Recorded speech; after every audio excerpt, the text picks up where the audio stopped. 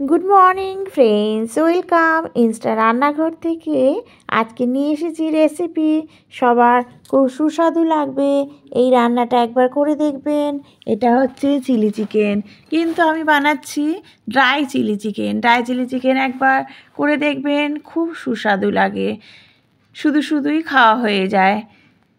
নিচ্ছি হচ্ছে চিকেন, তার সাথে নিয়েছি একটু নুন, একটুখানি কর্নফ্লাওয়ার আর একটা ডিম। তার সাথে নিয়েছি হচ্ছে পেঁয়াজ কুচি, আর পেঁয়াজটাকে দেখুন স্লাইস করে কেটেছি, আর ক্যাপসিকাম, আর তার সাথে রসুন আর কাঁচা লঙ্কা। এটা আমি ম্যারিনেট করে রেখেছিলাম কি আধ ঘন্টার জন্য। তারপরে কিন্তু এটা তেলে ভেজে নিতে হবে।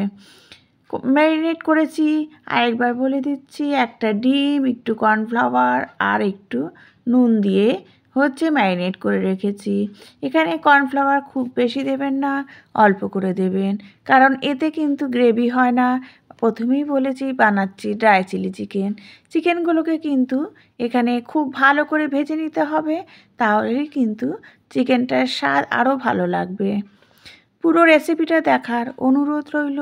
ভালো লাগলে কমেন্ট করবেন, বেল আইকনটা প্রেস করবেন। তারপরে দিচ্ছি তেলের মধ্যে লঙ্কা কুচি আর রসুন কুচি। রসুনটাকে খুব ভালো করে ভেজে নিতে হবে। যখন লাল লাল হয়ে যাবে তখনই দিয়ে দিয়েছি আমি নুন। পরিমাণে নুন কিন্তু একটু কম দিতে হবে, কারণ এতে সস পড়বে। তারপরে পেঁয়াজ আর ক্যাপসিকাম নিয়েছি, স্লাইস করে দুটো কেটে নেবেন। নেওয়ার পরে একটু স্লাইড হলুদ দিয়ে হালকা আমি সসেতে একটু নাড়াচাড়া করব, কারণ এই পেঁয়াজ আর ক্যাপসিকাম কিন্তু নরম হলে চলবে না, তাহলে এর স্বাদটা ভালো লাগবে না। একটু স্লাইড নরম হলেই আমি এটা দিয়ে দেব শুকনো লঙ্কার গুঁড়ো, শুকনো, আর একটু চিনি কিন্তু সব কিছুর স্বাদের ব্যালেন্সের জন্য এখানে আরও প্রয়োজন বিশেষ করে। দিয়ে দিচ্ছি শুকনো লঙ্কার গুঁড়োও দিয়েছি, কারণ ড্রাই চিলি চিকেন করব, আর একটু ঝাল হবে না, এতে হয় নাকি।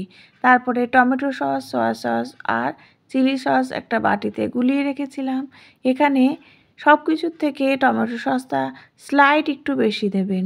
তারপরে দিয়ে দিচ্ছি হচ্ছে চিকেন, একটু নাড়াচাড়া করে ভাজা ভাজা করলেই কিন্তু এখানে রেডি হয়ে যাবে।